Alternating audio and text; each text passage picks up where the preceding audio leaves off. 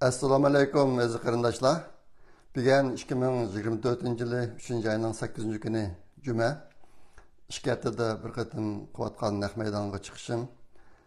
Bugun jami men Amerikaning Los Angeles shahrida yashaydigan Erkin Sadiq. Bugun sizlarga yetkazadigan jami 7 mazmun bor. Oniki birinchisi Uyghur Project fondiga oid ba'zi xabarlar. Ehtimol bir qisminglar xabar topdinglar. Yakında Uygurlar degan tor jurnaliniki 50. sanini tor betlerge çıkardık. Eğer bolsa bunu bir uqib beqinglar, anadan keyin qo'ldan keladigan qarindoshlar tarqitib qo'yinglar. Ko'p japa chekib buni qilayotgan ukalar qilyotdi bu ishni. Bu qatimqi sonida tuandagidek mazmunlar bor, men uni bir qisqa deb qo'yay. Agar qiziqadigan qarindoshlar bo'lsa, uni o'qisanglar bo'ladi. Jurnalniki uçturi meniki Facebook'umda bor. Jurnalniki hammasi Uyghur Project fondiniki tor betida bor. Buniki bu qatim soniki mislsiz uyg'unish degan sahifasida 2 maqola bor. Birincisi ensiz xiyollarni tizginlashdagi amaliy choralar. İkincisi 3 Uyg'urning hikoyasi. Xitoy tadqiqoti degan sahifa ichida casusluk ve yalgancılık degan bir parça maqola bor. Xalqaro vaziyat sahifasida 2 maqola bor. Birincisi Xitoyning chet ellardagi qonunsiz saqchi punktlari. İkincisi Amerika birli vaqtda qancha sapda urush qila oladi degan maqola. Anikin Güliston degan sahifasida bir maqola bor. Kitob o'qish salomatlikka foydaliqmi degan maqola. Anikin tarix va biz degan sahifasida bir maqola var. Azerbaycan ve Şarkı Türkistan. Köngül ve ten degan sahifada 2 maqola var. Temkin buluş haqida birincisi, ikincisi uşaq odatlarni bo'shchaqlamang. Andikin sog'lomlik degan sahifada bir maqola var. Biz 2 qitimliq tojismon virus vabosiga tayyormi? Anandikin Uyg'ur tadqiqoti degan sahifada bir maqola var. Muhammad Emin G'ujam Quli Yerqati degan maqola. Agar qiziqsanglar buni tushirib olib o'qisanglar bo'ladi. Bu haqsiz. Degan deydigan ikkinchi shu Uyg'ur Project fondiga oid yana bir xabar. Yaqinda Habibullah Abdulmet inimiz Germaniyadagi bir romanni bitirib, uni Turkiyada bostirdi. Romanning ismi Muz tutgan daryo. Bu vaqtda Uyg'ur axborot markazimiz bir video ishlab taqatdi. Ko'rib baqsanglar bo'ladi. Bu Habibullah inimizga muborak bo'lsin. Bu kitobni bostirish chiqibini Uyg'ur Project fondidan chiqarib berdik. Undan boshqa yaqinda necha kun oldida Uyg'ur axborot markazi ishlagan yana bir video ishlab Amerikadagi tunji Uyg'ur islom markazini tunishtirdi. Buni ko'rmaganlar ko'rib baqinglar. Bu ishni qilayotgan inlar, bu ishni boshlig'ilari necha yil bo'lib qoldi, nurg'un jafolarni chekdi. Hozir xil yaxshi taraqqiyot qildi bu ishlar. Shundan xabardor bo'ladigan qarindoshlar videosini bir ko'rib olsanglar bo'ladi. Andan keyin shu pat yaqinda bolalarga oid 15 tane kitap besilmoqchi.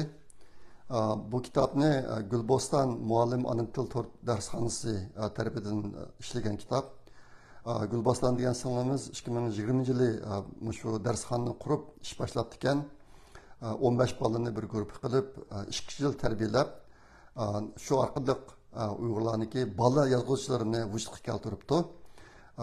Aslida har bir bolalardan 30 parchadan maqola yozishni, har bir bolaga 30 parchadan maqola yozishga topshirib, undan keyin har bir bolaniki bir parcha maqolasini tanlab, shuni kitob qilib chiqaribdi. 15 bola bo'lgani uchun hozir bir balniki bir kitap, jami 15 kitap bo'libdi. Bu kitap yaqinda nashr qilinmoqchi. Ehtimol bolalarga oid yaxshi rozetlik so'g'itda bo'lishi mumkin. Bir kun shu ko'rsatib qo'yaman. Kitap ranglik, rasmlik, uniki hikoyasini bolalar o'zlari yozgan. Bu bir yangilik chet eldagi Uyg'urlarniki hayotida. Şuna bunu sizlarga alayda deb qo'yishim. Bu kitobni 15 parcha kitobning har birisini 500 dandan bostirmoqchi. Onundan 8 parça kitabını bastırış hakkını Uyghur Project Fondu'dan çıkarıp aldık. Qağalarga başqa mal qilmoqchi bizniki pulimiz cheklik bo'lg'achqa hamma chiqimni chiqarishga madorimiz yetmay qoldi. Shunga bu kitob chiqqandan keyin yana sizlarga xabar qilaman. Ehtimol shu necha yil chiqib qolishi mumkin. Ramazon oyi ichida chiqadiganligi chuqur endi. Endi bilgan ikkinchi mazmun oldimizgi dushanba kuni 11 mart kuni ulug' Ramazon oyimiz boshlandi. Biz Uyghur Project Fondi her yılı şu Ramazan ayında üzümüzdeki çıkımı, Uyghur Project Fondi'ndeki çıkımı için yan toplaş yapıyoruz. Bizim çıkımız diyen çağda bizdeki üzümümüz kaçlayan kadar pul yok bunun içinde. Pulların hemsini arka türlerge kaçlayımız. Uygurluk'un içinde de sahip kılışka paylık olan türlerge. Şuna şu düşenbe gününden başlayıp yine bu yıllık yan toplaşına başlayımız. Şu çağda Facebook mazmun chiqirmanmish, ya'ni to'plashga oid. Endi xabarlarda bo'lgandek Uyghur Project Fondi nurg'un amniy ishlarni qilyapmiz. Uniki bir cho'naq birisi jurnal chiqarish, imkon qadar har oyda bir sondan chiqiryapmiz. Obetimizga zartab o'tdim. Ondan keyin video chiqiryapmiz. Har haftada 3 yoki 4 video Uyghur axborot markazi nomida bu videolar chiqyapti.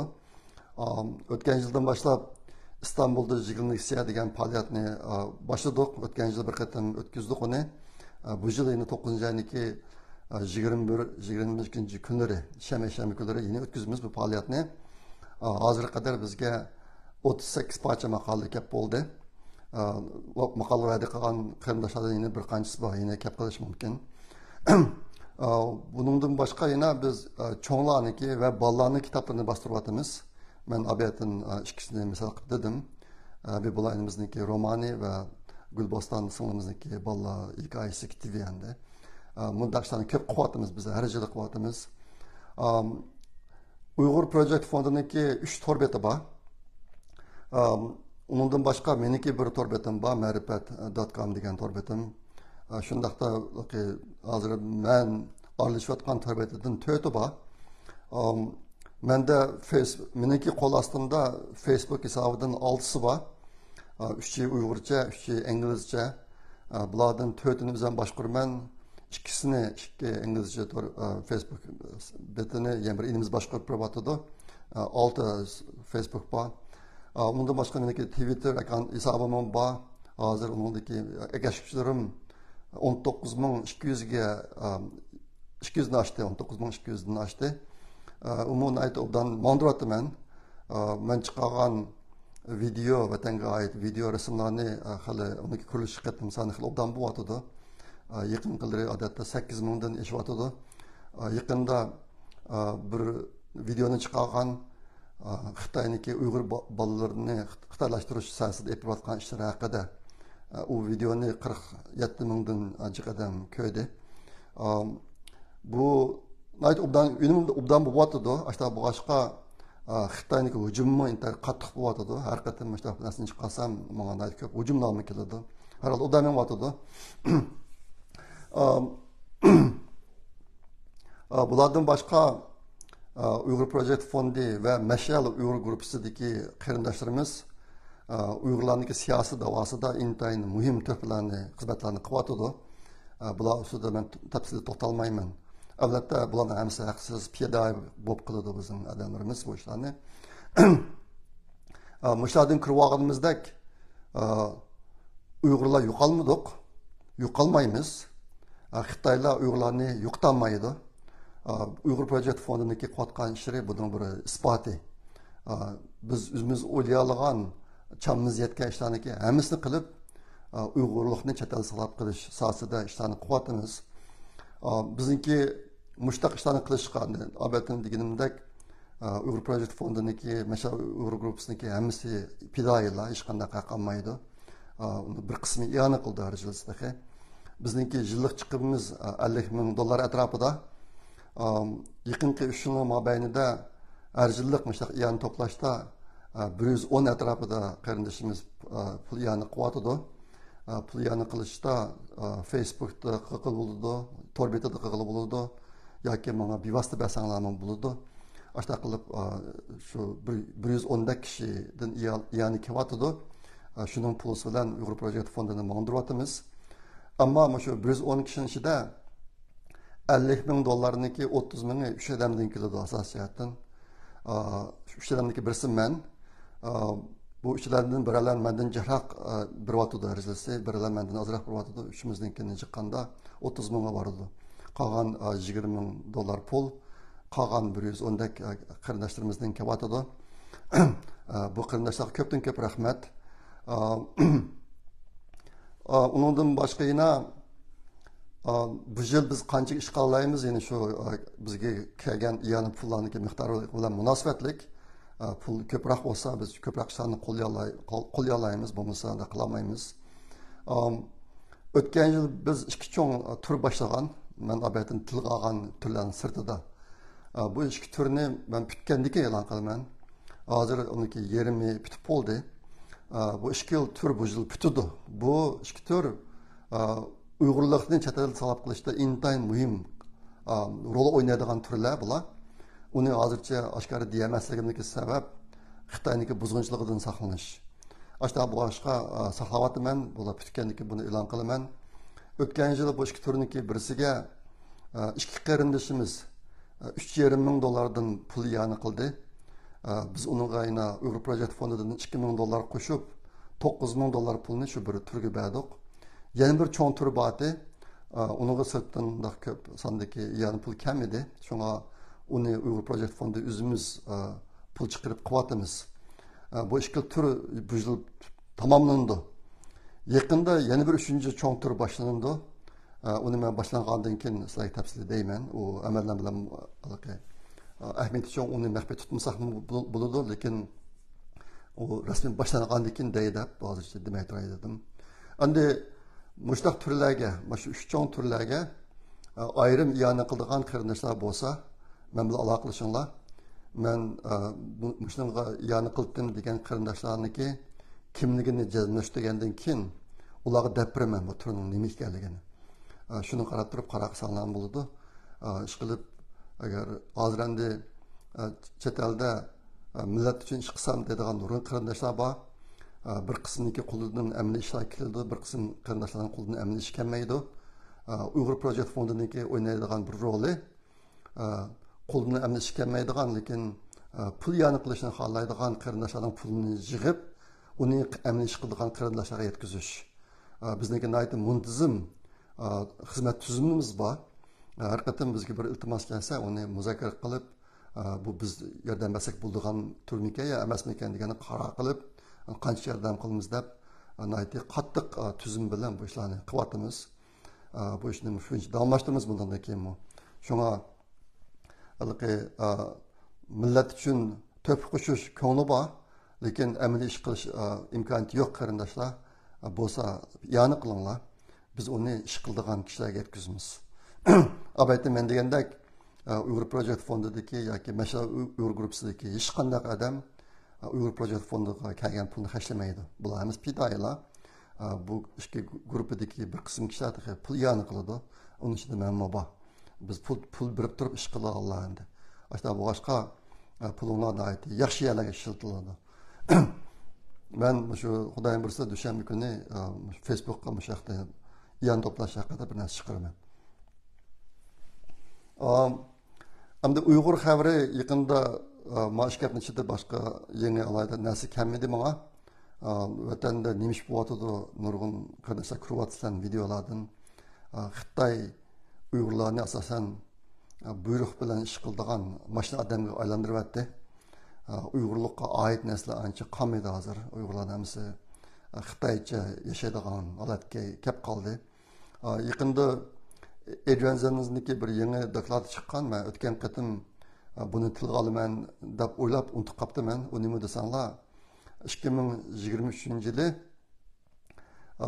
majburiy emgak ishchilari qilib ishga akitilgan Uyg'urlarning soni 38% eshibdi.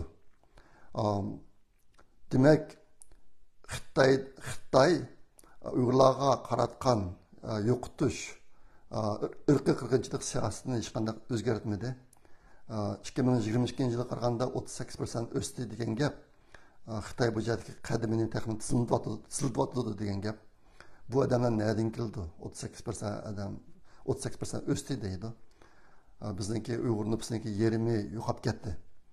Bu yo'qolib ketgan xalqimiz mana mushtaq kunga qilyapti hozir. Qul ishchi bo'lib, u yerga o'tkazib degandek, ashna bilan Sharq Turkistondagi Uyg'urlar nüfusi nihoyatda tez suratda ozlayapti. Nega bo'lib to'xtaydi bilmaymiz. Ishqilib bu yerdagi ahvolimiz ko'p nachar.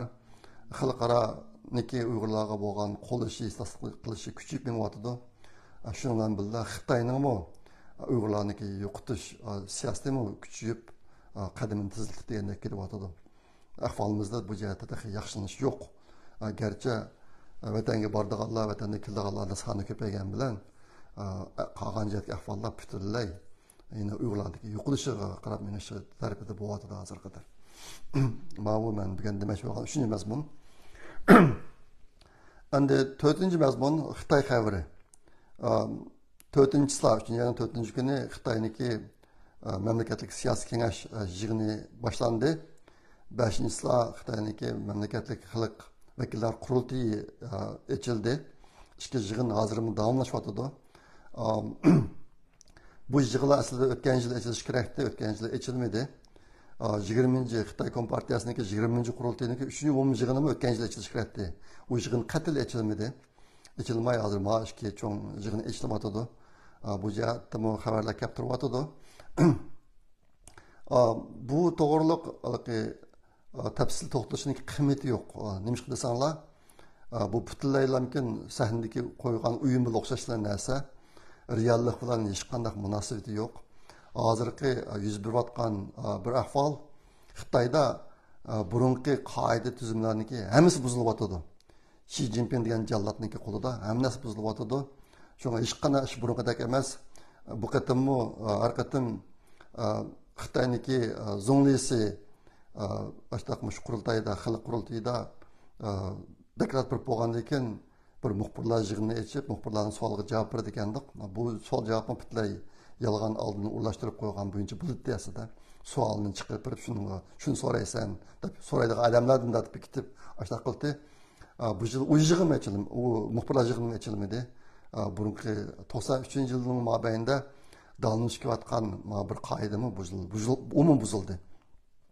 Hozir bu qadimki yig'inda namoyon bo'lgan yana bir ish Xi Jinping degan jallat rasmiy bir podshohlik o'rniga ko'tarildi.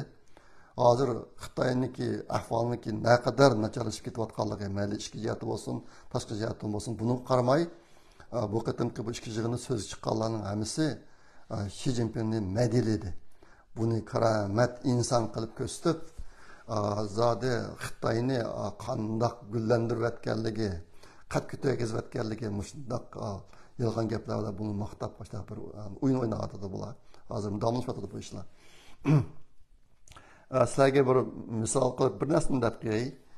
Bu qatim Xitoyniki zonglisi boshbaqoni Li Chang so'zlagan vaqtida 2023-yildagi Xitoy iqtisodiy ahvoli ustida to'xtalib, Xitoyniki elektronlik mashina denuncha deydi. Electronic car. Aniki batareya va quyoshdan to'sh chiqarish mahsulotlariniki eksport miqdori 30% oshdi deydi o'tgan yil.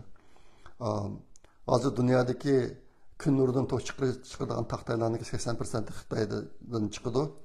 U Xitoy degan vaqtimizda Sharq Turkistonda ishlanyapti. Bizniki taklimakan qumliqimiz hozir oltindek bir qiymatga erishib, mana elektronlik kundan to'sh chiqaradigan taxtaylarga ishlatilyapti. Buni 30% o'sdi deb bu qadimgi yig'inda maqtandi bular.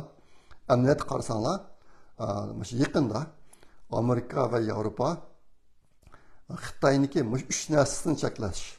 Elektronlik mashinasi, batareyasi va quyosh nuridan to'sh chiqaradigan taxtaylar. Mushtin cheklash jihatda bir qism tadbirlarni oldi. Xitoyniki bu jihatga bozori bundan ko'p kuzatilishidir. Mushundaq bo'lishi qaramay Xitoylarni maqtanyapti mana shu yig'inda. Shuni sizlarga bir misol qilib deb qo'ydim. Andan keyin Xitoy haqidagi yana bir cho'nroq xabar. Xitoyniki sobiq tashqi ishlar ministri Qin Gang o'tganda Chingang qiynab o'ltirilibdi yoki o'zini o'ltiryapti degandek gaplar chiqib ketgan. 3 xil faraz o'tirib qo'yilgandi. Bundan biroz natija chiqdi bu yaqinda. Chingang o'lmabdi. Bu qatim Chingang aslida xalq qurultayiniki vakili ekan. Shu vakillikdan istiqo beribdi. Istiqo bergan istiqo berish iltimosini Tianjindagi xalq qurultayi tasdiqlabdi endi. O'sha deb e'lon qildi. Chiqirib demedi, istiqo berdi deb. Demak bu Chinganning o'lmaganligidan darak berdi. Aslida Chingandak adamniki ishlari shu Xitoy Kompartiya 20 qurultayiniki 3-chi umumiy yig'inda bir taraf qilinishi kerakdi aslida. Ammo u yig'in ochilmagani uchun hozir mundaq tariqada bir taraf qilinibdi. Endi bugun so'zlaydigan 5-mazmun Amerika xabari. Amerikada necha kun oldin bo'lgan cho'nroq bir ish, hozir Amerikada yana bir yangi qonun loyihasi o'tirib chiqdi. Bu qonun loyihasi Xitoyniki TikTok degan appni Amerikada cheklash haqida. Hozir butunlay cheklayotmadi. TikTokqa bir shart qo'ydi. Agar 6 oy ichida sening o'zingizning Xitoy bilan bo'lgan munosabati yoki seniki Xitoydagi bir cho'ng shirkatning bir tarmoq bo'lish munosabatini uzmasang, seni Amerikada butunlay cheklaymiz degan mushtaq bir mazmundagi qonun loyihasi. Bu qonun loyihasini yaqinda muzokara qilgan bir komitet, Amerika Kongressidagi bir komitet 50 a'zosi bor ekan. Buniki ismi qilishicha bu iqtisodiy va tashqi savdo sohasidagi komitet bu deyman. Shular 50 a'zosi bor ekan, buni bilat tashlab 50 dan 0 bilat bilan tasdiqlandi bu.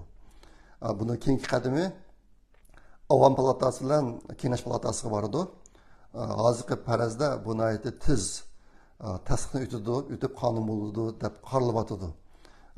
Bu yerdagi bu naslning tilg'ilishning asos maqsadining birisi Amerikaning hukumat beshidagi ikki partiya hozir Xitoyga qarshi ishlarda birdek harakat qiladigan bo'lib ketdi. Hammasi Xitoyga qarshi ishlarni tutyapti, tartiblarni qo'llayapti. Mana shuningki bir misoli. Mana komitetda Cumhuriyetçi Partiya va Demokratçı partiyalarning har ikkisiniki a'zolari bor. 50 dan 0 ovoz bilan bu tasdiqni o'tdi.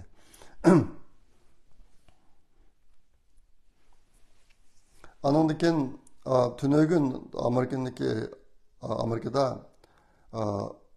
davlatniki hozirgi ahvoli degan temada birdigan bir doklad bor, prezidentniki. Har yilda bir qatam birdi bu dokladni. Bu tunögün Biden müştaq bir dokladni berdi. Men azroq ko'rdim, to'liq ko'rmadim. Nima qilsanglar odamning ko'ngli chiqqan gaplar bekchiq. Hozir bu hokimiyat beshidagilarda samimiyat qancha qolmadi. Qip-qizil yolg'on gaplarni davrida tap yuzdak. Bu jihatda Amerika Xitoy yiqilib qolyapti hozir. Yuzini tap yuzdak qilib yolg'on gapiradigan jihatdan Mesela müşkiletim ben anlayan vaxtımda Biden'ınki degan bir gapi Amerika-Meksiko chegarasidagi cho'ng qalam qanchaliqni keltirib chiqarganlar Cumhuriyetçi Partiya bilan Trump degan gaplarni davatadi. Buni kim keltirib chiqardi hammamiz bilamiz. Ayni vaqtda Trump tam yasayman, o'shan to'siman deb 20 milliard dollar pulga iltimos qilib ololmadi. Keyin bu Bannon degan kishi o'z oldiga pul to'plab, shuni qilamiz deb pul to'plaganda keyin bu odamni qonunsiz ish qildi deb sud tortib, ozroq turmadim yetib chiqdi bu odam. Mush munosabat bilan. Hozir endi Biden qo'rqmay turib, shu chegirdagi qilayotganlarni Trump bilan Cumhuriyetçi Partiya chiqadi deb davatadi shu yig'inda. Bundaq yig'inni qanday anglag'is keldi odamniki. Sizlar anglag'ansa qo'yman meniki mumkin emas narsa anglash. Shuni ancha anlamadim. Ertekiçiler bunu analizlere qarab baqaman. Amerikaniki xabariniki davomi. Amerikada ikki cho'ng partiyaniki prezidentlik kandidatini tanlash saylimi asosiyatni oxirlashib qoldi. shu o'tib ketgan seshanba kuni 15 shtatda bilet tashlash bo'ldi. Ashta qilib hozirga qadar bilet tashlagan shtatlarniki hammasida Trump tutdi Cumhuriyetçi Partiyadan çıktı. Fakat lekin o Nikki Haley fakat bir ştatni tuttu, Vermont degan ştatni. Vermont degan bir kichik bir ştat. Bu demokratlarni qo'llaydigan shtat bu. Ko'k shtat deymiz biz. Ashta bir shtat Haley faqat mana shu birlam shtatni tutibdi. Buni tutganligini qiymati ancha zo'r emas. Nimishqa deganda haqiqiy saylan bo'lganda 11-oyda bu Vermont degan shtatda yana demokratlar tutdi oxirida. Cumhuriyetçiler emas. Ashta boshqa qiymat cho'ng emas. Endi mushu ishlar bo'lib bo'lgandan keyin Nikki Haley o'ziniki prezident bo'lish sayloviga qatnashish ishidan to'xtaydigan bo'libdi. E'lon qildimi, qilmadimi, o'qimadim. To'ylarni e'lon qildi deb olgandim. Keyin xabarlarga diqqat qilmay qoldim. Buningda yuz bergan bir ish Haley bu saylamdan tushib ketib, Trumpni qo'llayman deb e'lon qilmadi hozirga qadar. Mushjati bir g'alit ahvol bor. Haley degan xonim Uyg'urlarni qo'llaydi. Xitoyga Uyg'ur masalasida izchil turda Uyg'urlar bilan bir maslahatda turib Xitoyni eplab keldi. Bu jihatdagi ishlari yaxshi. Haley degan xonim 20 Hindistonlik, 20 Xitoylik deymaslar. Endi bo'lgan bir ish bu Trumpni qo'llayman deb o'tirib chiqmadi. Toki shu 2 kunning oldigacha o'ziniki o'tish ehtimoligi bo'lmasa-mu bu saylamga qandaylikni talashish ishini to'xtatmadi. Shunga deydi ba'zi analizchilar deydi, uniki bunday qilishga sabab agar Trumpga bir balo afat tegib, masalan, o'ldirilib degandek bir ish bo'lib qolsa, men birdan-bir kandidat bo'laman deb shuni umid qilaverib, ashta yo'lni tutdi deydi. Endi bu bir faraz, uniki Rossiyaligini bilmaymiz, ammo ashta so'zlar o'tirg'i chiqdi ba'zi analizchilarning og'zidan. Endi bugun men so'zlaydigan 6-mazmun Trumpniki agar bu yil 11-oydagi prezidentlik saylovida o'tib chiqsa, Amerikaga qilmoqchi bo'lgan ishlarini to'g'riliq va'dasi. Bu muhim. Nimishqa deganda bu yil Trumpning o'tish ehtimoli xili bor. Buningdagi bir qism mazmunlar biz uchun qiymat va mazmunlar endi. Shuni bularni biraz sizlarga deb qo'yay. Buniki Trumpniki hozir degan 6 turlik va'dasi bor ekan. Shularni biz sizlarga qisqacha deb o'tib ketay. Uning birinchisi Amerika Federatsiya hokimiyati ichidagi qonun organlarini siyosiy qurolga aylantirib olgan kishilarni tozalash. Bu jihatda jiq nachar ishlar yuz berdi. 101 vatidi hozirmi? Sizlarga men ba'zilarini misol qilib deb berdim o'tgan qatim. Mushtaq chiriklashgan kishilarni tozalash, iqtisodiyotni chiriklashgan kishilarni hukumatni tuzlash. Davlat hokimiyatidagi ma'muriy xodimlardan imtihon olib, layoqatliliklarni saqlab qilib yoki qabul qilib holarini tozalash ishini qilish. Uniki birinchi plan ekan. Buna ta'sir cho'ngish Amerikada. Sabab nima desanglar, imtihonni o'tolmay xizmatdan bo'shatiladigan odamlarning soni necha 10 mingga berish mumkin. Trump shuni qilmayman deyotdi. Debdi birinchisi. Ikkinchisi ko'chmanlarni qabul qilish tuzumini o'zgartirish. Qonunsiz kirganlarni Amerikadan chiqarib o'tish. Amerikaga kelib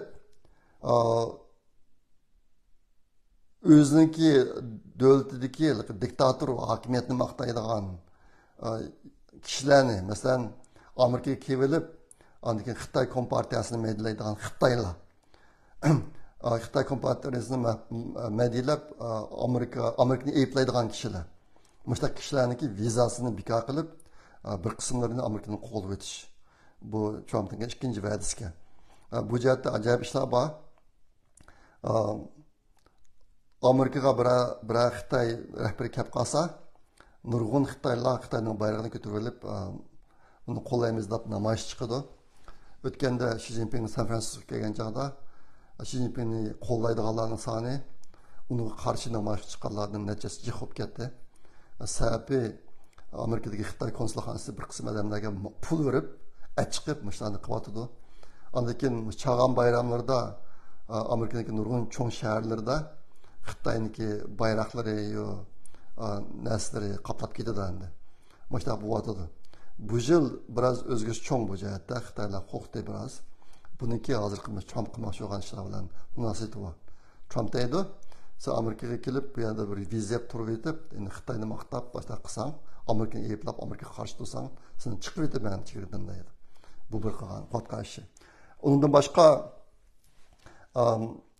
radikal islomchilarni mu Amerikaga kirgizmayman degan va'dasi bor. Bunun ichida 7 davlat adamlari, masalan Libiya, İran, Iroq, Somali, Sudan, Suriya qatorliq 7 davlatdan Amerikaga sayohatga kelgan odamlarni kirgizmaslik. Bundaq bir nimasi bor? Planim bor ekan. Buni mushkatdan hozir o'ziniki va'dasini chidamoq narsam bor ekan. Ondan keyin yana bir cho'ng o'zgarish. Hozirga qadar Amerikaga bir chet el grajani Amerikaga kelib tug'sa, uni bolasi tabiiy holda Amerikaning grajani bo'ldi. Trump deydi, bundan keyin agar shu tug'ilgan bolaniki ota-onasiniki birsi Amerikaning grajani bo'lmasa, u bola tabiiy holda Amerika grajani bo'lmaydi deydi. Buni amalda qoldirdim deydi. Buniki bir cho'ng ta'siri nima desanglar, Amerikada nurg'un Xitoylarni tug'diradigan markazlar bor. Xitoyniki odamlari shu bir yo'llarni tepib Amerikaga kelib, amildor Xitoylar. Shu markazlarda tug'ib, bolasini Amerikaga qo'yadigan ishlarni aytdi. Ig'ir. Bundaq markazlarning bir qismlari oshkorlandi, hozirmi nurg'unlari mavjud. Trumpning planida mushu markazlarniki hammani taqash. Agar bolalari Amerikaning grajlari bo'lmasa, Xitoylarga kelib tug'man demaydi endi. Uni nurg'un pul xarjlab qildi ekan buni. Nurg'un necha 10 ming dollar pul xarjlab bol tug'ildigan ishkan bu. Shu bu ishlar amalda qilishim qoldi deb faraz qilinmoqda. Ondan keyin Amerikaga qonunsiz kirganlarniki bolalarini qat'iy Amerikaning grajdanligiga olmaslik. Bu 2-chi va'dasining bir qismi ekan endi. 3-chi va'dasi aslida 3-chi va'dasi abatman degan bir qism islom davlatlarining grajdanlarining Amerikaga sayohatga kelishini cheklash, 7 davlat abatman deganning 3-chi va'dasi ekan bu. 4-chisi ommaviy bexatarlik. Sizlarga o'tganda men ba'zi ahvollarni deb berdim. Biz Kaliforniyada men turayotgan yerda bir qator cho'ng tabiiy, cho'ng bo'ron chiqib, yomg'ir yog'adigan ishlar bo'lib ketdi. Shuning bilan butun maktablar taqab, maktablarni ochmay uyinglar demininglar deb bolalarni quyayotgan. Quyatsa, nurg'un o'rta maktab bolalari cho'ng bozor, cho'ng savdo saroylariga berib, do'kon bulaydigan ish bo'lib ketdi. Hozirga qadar do'kondan mal o'g'irlab ichkasa soqchilar to'samaydi hozir. Agar o'g'irlagan malniki miqdori $950 tön bo'lsa, soqchi tutamaydi bularni. Ammo shu sababdan do'kondan mal bulash, o'g'irlash bek kuchayib ketib, Los Angeles va San Francisco shahridagi cho'ng savdo do'konlarining nurg'unlari taqilib ketayotgan hollar bo'lgan. Bo'yotdi hozirmi? Buni hozirgi muavin prezident Kamala Harris chiqargan Kaliforniyada vaqtida. Ashning sababidan. Endi Trump mushlarni hammani to'siman deydi. Bundan keyin do'kondan mal o'g'irlaganlarni soqchi tutsa bo'ladi deydi. Buni soqchilarni maxsus ashta vazifalar qo'yamiz, ularni tutadi, o'g'irlagan mallarni qaytardi deydi. Bu ommaviy bexatarlik jihatda Trumpning qilmoqchi bo'lgan ish ekan 4-chi va'dasi. 5-chi va'dasi Amerikaniki ma'rifni o'zgartirish. Bu jihatda Amerikadagi shu an'anaviy qimmat qarashi ega kishilarni intayin qiyin ahvolga qo'yib qo'ydi hozir. Nimishqa degan joyda boshlang'ich maktabniki bolalarga sen o'zingniki jinsni o'zing tanlasang bo'ladi. Masalan, sen o'g'il bola bo'lsang, agar qiz bola bo'laman desang, hukumatdan pul chiqarib qiz bola qilib qo'yamiz. Agar sen qiz bola bo'lsang, o'g'il bola bo'laman desang, hukumatdan pul chiqarib o'g'il bola qilib qo'yamiz deydi. Ashtan butun operatsiya pulni biz to'lab beramiz deb. Mushundaq bir vayronchilik bor hozir Amerika'nınki mekteplerinde. Başlangıç mekteptilerken. Aşağı bu başka bu ahlak cihetindeki buzuluş inten eğrilişip gitti. Nurgun müştaşlağı adam üzünü kuyda yatapamaydı. Bu dünya ne gitip atıdı dep. Trump hem müşahfarlarını oңşaymandaydı. Oңşamakçı olan vədisindeki bir kısı 5. sınıf ekan. O deydi ma'arif ministerini amaldan kaldırman. Anındakin her bir ailege birden balısı var, küçük balısı var. Mektep başlangıç ve orta mektepte okuyduğun balısı var ailelerge birden bank hesabı açıp vermendeydi. Okuş pulu hesabı. Aşağı kalıp hazır Amerika hükümeti mağarıpka çıkırdığın pullarını mekteplerge taksim kılıyordu. Okuyucularının sağına qarab turib. Bir okuyucuga manchi pul deb, masalan, bir okuyucuga $5000 yiliga degandek. Bu pulni mekteplerge berdi, mektep şu pulni bilan bolalarni o'qitdi endi. Trump deydi, buniki bu pulni mektepga bermay, bir bolaları bor ailelerge maxsus o'qish puli hisobi etib, ailelerge beramiz deydi. Bu pulni şu bolalarning o'qishidan boshqa narsaga xarjlisi bo'lmaydi. Bolasi xos maktabga borsa, bu pulni shu pul maktabga to'laydi. To'laydi deydi. Anikin ota-onalar bolalarini o'qitadigan maktablarni uzib tanlaydi. Xohlagan maktabni uzib tanlaydi. Shu xos maktabga kirsa, shu maktabga bu pulni to'laydi deydi. Buning bir cho'ng ahamiyati nima desanglar, maktablararo raqobat intan kuchaydi. Ota-onasi alaqadek o'g'il bola, qiz bola bo'lsangmi mayli, qiz bola o'g'il bo'lsang mayli, biz qilib qo'yamiz degan maktablarga bolasini bermaydi bir qism ota-onalar masalanga. Ashuna bilan maktablarning raqobati kuchayib, maktab o'qitish sifati o'sidi endi. Ota-onalarning ko'pinchisi o'qitishi yaxshiroq maktabga boradigan gap bolalarni. Ashuna boshqa nachar maktablar vayron bo'lishga qarab mong'idi, maktabni taqmisi bo'lmaydi degan gap endi. Mushni yo'l qo'yman deydi. Undan boshqa yana Amerika'da ömürlük o'qituvchi tuzumi bor. Bir o'qituvchilar bir maktabga ma'lum bo'lib, ma'lum mazgillik sinoq vaqtini o'tgandan keyin bu o'qituvchi ömürlük o'qituvchi bo'ladi, uni maktab ishdan bo'shatanmaydi. Trump buni amalda qoldirmaydi deydi. Agar yaxshi o'qituvchi bo'lolmasang, seni maktabdan chiqarsak bo'ladi deb. Mana shu yo'l qo'yman deydi. Uningki bergan yana bir va'dasi hukumat egiligidagi o'rta va boshlang'ich maktablarda Hristiyan diniy faoliyatlarini qilsa bo'ladi deydi. Masalan, bularniki aytgancha duo qiladigan yo ba'zi ishlari bor ekan burun bir qism maktablarda. Keyin demokratchilar bu ishlarni butunlay amaldan qoldirib o'tibdi ekan. Maktabda diniy faoliyat bo'lmaydi deb. Hozir endi Trump deydi, maktablarda Hristiyan dinidagi ba'zi faoliyatlarini qilsa yo'l qo'yadigan qilib deb shunday debdi. Unda boshqa yana buningdagi maktablarniki birlam kirish ishiga bo'ladi deydi. O kirish ishigida o'quvchilar kinishka bilan kirdi. Xohlagan odamlarning kirishiga ruxsat yo'q. Anikin hamma maktablarda qurolli saqchi bor bo'ladi. Bular o'quvchilarniki diqqatlarini qo'g'daydi. Chiqish ishigidan bir yoki bir qanchasi bor. Anikin har bir ishda qurolli saqchilardan birisi turdi deydi. Bolalar maktabning taqigan vaqtida. Ashta qilib shu orqali maktabga qurolliq kelib o'quvchilarni o'ltiradigan ishlarni yo'q qilaman deb bu bunga va'da qilibdi. Endi bu shu tuzumlarni yo'lga qo'ysa Trumpniki vaqtidalamkin 90% dan ko'proq maktablar bu ishlarni yo'lga qo'yishi mumkin deb farazlar o'tirib chiqyapti. 6-chi va'dasi Amerikaga chet eldan Amerikaga import qilingan mallarniki hammasiga kam deganda 10% boj qo'shiman deydi. Debdi. Buning ichida Xitoyniki butun mallarga 60% boj qo'shiman deb sanabdi. Andan keyin fentanil o'xshash zaharli dorilar. Bularni %100% cheklayman debdi.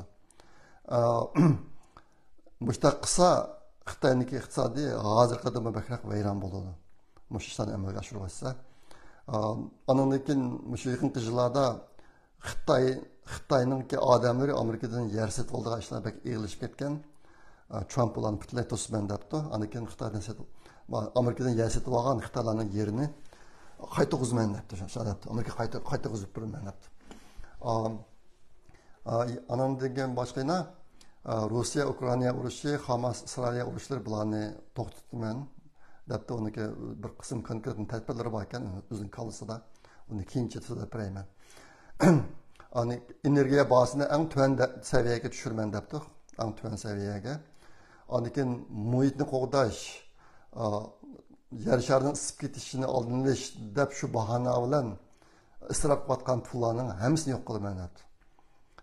Amerika'nın xalqaro kelishimlardagi Bayden o'tirib qo'ygan bir qism narsalar ekan, pul chiqarib, ashuni hammasini yo'q qilib etaman deb. Bunun ichida intayin vash ishlar bor. Amerika'ningki shu yer sharidagi isib ketishni Amerika hukumatidagi yer sharini isib ketishninki oldini olish ishlariga mas'ul Kerry degan bir odam bor. Bu burun tashqi ishlar ministri bo'lgan. Bu odam uyida quyosh nurini o'zgartiradigan taxtalar yo'q. Ondan keyin bir yerga borsa, shaxsiy aeroplan uchadi bu. Amerikadagi muhitni eng qo'g'dayman degan birinchi darajalik amaldor bir yerga borsa, shaxsiy aeroplanda uchadi. Nima bunday deysan desanglar, aeroplan uçqanda intayin ko'p miqdorda is chiqaradi bu. Aeroplannikidan chiqqan is muhit asrashga eng ziyonli qanday. Amerikadagi birinchi darajalik amaldor o'zi bu ishni qilolmagan, lekin Amerika hukumatini nurg'un pulni tashlab, mushtatada pulni sarf etib bordi. Shuni yo'q qilgan debdi. Bulardan boshqa bu 6 va'dasi Trumpniki. Bulardan boshqa endi nurg'un kishilarniki agar Trump bu yil saylovda utib qolsa, xalqaro munosabatda yana bir qism nachar ishlarni keltirib chiqaramikan degan andishi bor. O'tgan qatim ishlaq bo'lgan 2016-yildan 20-yilgacha Amerika biroz yolg'iz qolgan xalqarada Yevropa birligidagi allar bilan bo'lgan munosabatni nacharlashib degandek. Hozirmi bu andishlar bor. Bu ishlarning qanday bo'lganini hozircha bilmaymiz, uni kim bilamiz. Hozirgi yuz berayotgan ba'zi ahvollar yaxshi bu sohada. Masalan, Trump debdi, Yevropa birligi va NATO'dagi o'zininki davlatiniki GDP'siniki 2%ni davlat mudofaasiga ajratmagan davlatlarga biz yerdan qolmaymiz deb. Biz qo'g'damaymiz davlatlarni deb. NATO'ning pulisiniki 80%dak pulisini Amerika chiqardi ekan. Endi Trumpning izida deyotgani, sen bu Yevropa ellari sen shuncha boy turib, Amerika o'zini qo'lga uzatsa, sen bu o'ziniki GDP'sidan 2%ni chiqarib davlat mudofaasiga chiqargan, undan keyin shuningdek kuching yetmagan taraflardan biz yerdan qolaylik deydi. Menimcha bu aqlga muvofiq narsa, lekin nurg'un davlatlar qilmay pulni davlat mudofaasiga xarjlashga unumay Amerikani sen qo'llaysa bizni deb boshqa bir qilgan davlatlar. Hozir endi Trump yine ma'nosini o'tirib qo'ygandan keyin Yevropa birligi biroz harakatga o'tib yaqinda Rossiyadan ansirab, agar Amerika bizga yordam qilmasa, biz o'zimiz qilmasak bo'lmaydi ekan deb pulni davlat mudofaasiga ajratgan pulni 2%ga chiqishni qaror qilayotgan allar vujudga kelyapti hozir. Fransiyaniki prezidenti hatto Ukraynaga askar chiqarish, Rossiyaga qarshi mushtaq gaplarni qilibdi. Ehtimol buni shaq qilish mumkin. Ishqilib bu jihatki Trumpning besim bilan o'tirib chiqayotgan ishlar, bir qism ishlar yaxshi ishlarni bunga o'xshash. Keyinchi qanday bo'ladi buni asosda yana vaqt o'tishi bilan taxmin bilalaymiz. Degan so'zlaydigan eng oxirgi mazmun meniki bir tunishim bana bir taklif etib ekan, hozir shu Uyg'urlar ichidagi har xil talash tortishlar bek ko'p bo'lib ketib bordi. Uyg'urlarning zehni vaqti mushtaqa bek isrof bo'lib ketib bordi. Nima uchun mushtaqa yuz berdi Uyg'urlarga? Mushuni bo'lsa bir jamiyatshunos kasbi bilan shug'ullangan kishilarimiz bir tahlil qilib maqola yozib baqsa musohada biroz tushunsak, nima uchun Uyg'urlar hozir o'zimiz bek ojiz xalqarada ashunaq turib, yana muhim ishlar bir yerga qolib qilib, davomli tayini yo'q ishlar bilan, ahamiyatsiz ishlar bilan, qiymati yo'q ishlar bilan tashlatish qilishlar o'tadi bizning vaqtimizda. Mana taklifni berib ekan, men buni o'zimning yaqinlariga dedim, bo'lsa chet eldagi shu jamiyatshunos ijtimoiy fan bilan shug'ullangan qarindoshlar Muşaqqida qilam tartib baqaman sana qilam bu bir yaxshi tema. Növətdəki Uyg'urlashda saqlanayotgan masala ustidagi bundaq maqola bu yilgi Istanbulda 20 degan faoliyat uchun mos keladi. Müşjat qilam tartib baqay degan qarindoshlar bor bo'lsanglar, men bilan aloqa qilishinglar. Shuni qilaylik. Mushu gaplar o'tirib chiqqandan keyin do'stimiz doktor Mehmet Emin bu jihat bir mazmun tayyorlagan. Uni Uyg'ur axborot markaziga bir video qilib ishlab chiqib taqatdi. Ehtimol bir qismini ko'rdinglar. Ko'rmaganlar ko'rib baxsanglar bo'ladi. Shunda qilib 7 mazmunni so'zlab bo'ldim. Men bugun so'zlamoqchi bo'lgan mazmunlarningki hamsi shu. Yana bir qatim ta'kidlab qo'yganim, kelar haftadan boshlab Uyg'ur Project Fondiniki 2024-yillik iyani to'plash faoliyati boshlandi. Millat uchun ish qilib keladigan qarindoshlar bu ishga biroz to'p qo'shib qo'yinglar. $100 olsa bo'ladi. Albatta men degandek bizningki yillik chiqimimiz $50,000 atrofida. Yine bir qancha cho'ng temalar, cho'ng turlar bor buning sirtida yana. Uning pul ketadi 3 cho'ng tur bor hozir. Agar shunga yordam qiladigan qarindoshlar bo'lsa, men bilan aloqa qilishinglar. Bu ishni birga qilaylik. Uyg'ur millati yo'qolmasin, yo'qolmaydi, yo'qotmaymiz. Lekin bu ishlar saniki yordamlarga muhtoj. Maqolamizda kelar qatim ko'rishga omon bo'linglar. Xayr xo'sh, Allohga omonat.